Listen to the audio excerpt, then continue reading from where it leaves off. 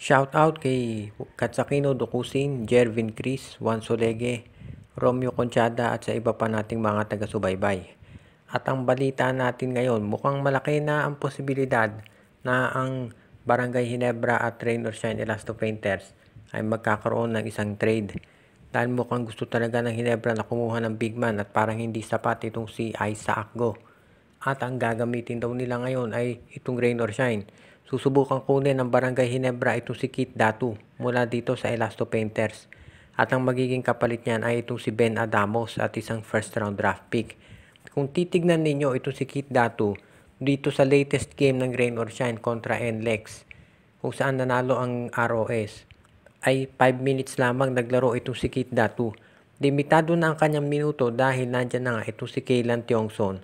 Plus, unti-unting dadami ang playing time nitong si Luis Villegas dahil kinuha rin siya nitong ROS. At nandyan pa of course itong si Bob Belga at si Leonard Santillan. So ang daming big men nitong Rain or Shine Elasto Painters na kanilang magagamit. At ito si Kit Datu nawawala na ng minuto. At yan ang dahilan ngayon ayon dito sa mga reports kung bakit malaki ang posibilidad na ito'y makuha ng Barangay Ginebra. Ito si Ben Adamos, big man din yan, pero ang laro nito ay sa labas. So pwede ito na gawing outside scorer ni Coach Cheng Giao. Kaya sa tingin ko, yung ganitong klaseng trade, hindi naman malulugi itong si Coach Cheng Giao sa ganyan. Kaya ito si Kit Datu naman, makatutulong yan sa Barangay Ginebra dahil pwede ito na maging isang inside operator kapalitan ni Japet Aguilar. Dahil itong si Isaac ko para medyo nahihirapan pa sa kanyang role sa Ginebra. Si RJ Abarentos nakabawi na pero si Isaac Go medyo hirap pa rin. So mukhang ang Ginebra ngayon naghahanap ng big man na pwede nilang magamit. So abangan na lang natin kung kailan matutuloy at isasubmit ang ganitong proposal. Ang Terra Firma po ay natalo ulit at tinambakan sila ng Meralco Bulls. Ang Terra Firma ngayon ay 0-3 na ang record at ang average losing margin nila ay 20 points per game. Kung titignan ninyo yung lineup ng Terra Firma, hindi naman masama yung mga players nila.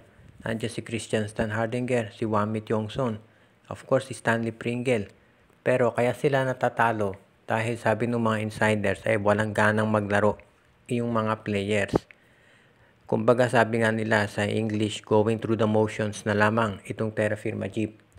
Dahil very disinterested sila doon sa nangyayari dahil siguro parang nade-demoralize na rin yung mga players dahil alam nila na kahit gaano kaganda yung maging performance nila, eventually mati-trade din. Tignan ninyo nangyari doon sa quarterfinals na aabot nila. Ang gamit nila ito si Stephen Holt, si Isaac Go, pero tinrade din sa bandang huli. So baka ito ang dahilan kung ba't masama na performance ng Terra Firma. Ang isa pang dahilan siguro kung ba't ganyan na laro ng Terra Firma ay itong contract ni Christian Stan Hardinger. Mag-e-expire na yan sa November. At malabong na ito'y mag-renew sa Terra Firma. Malamang iyan ay bumalik na sa Germany o kaya maglaro na sa Europa. Kaya sa ngayon kung ganyan nga mangyayari, hindi na nakapagtataka kung bakit itong Terra Firma Jeep ay ganyan ang laro. Malamang alam din ng mga players kung ano ang nagiging sitwasyon behind the scenes at siguro yan ang dahilan ngayon kung ba't ganito ang nagiging sitwasyon. Actually, hindi lang sa Terra Firma in fairness, ang Blackwater Bossing ang sama rin ng nagiging performance. At ito ay naging problema na ginawa mismo ng PBA dahil pinayagan nila yung ganitong sitwasyon. Kaya abangan na lang natin kung hanggang kailan tatagal itong Terra Firma at ang Blackwater na ganyan na lamang ang nagiging laro nila palagi. Until hindi magbago yan, asahan natin na lalong magiging tambakan ito palagi.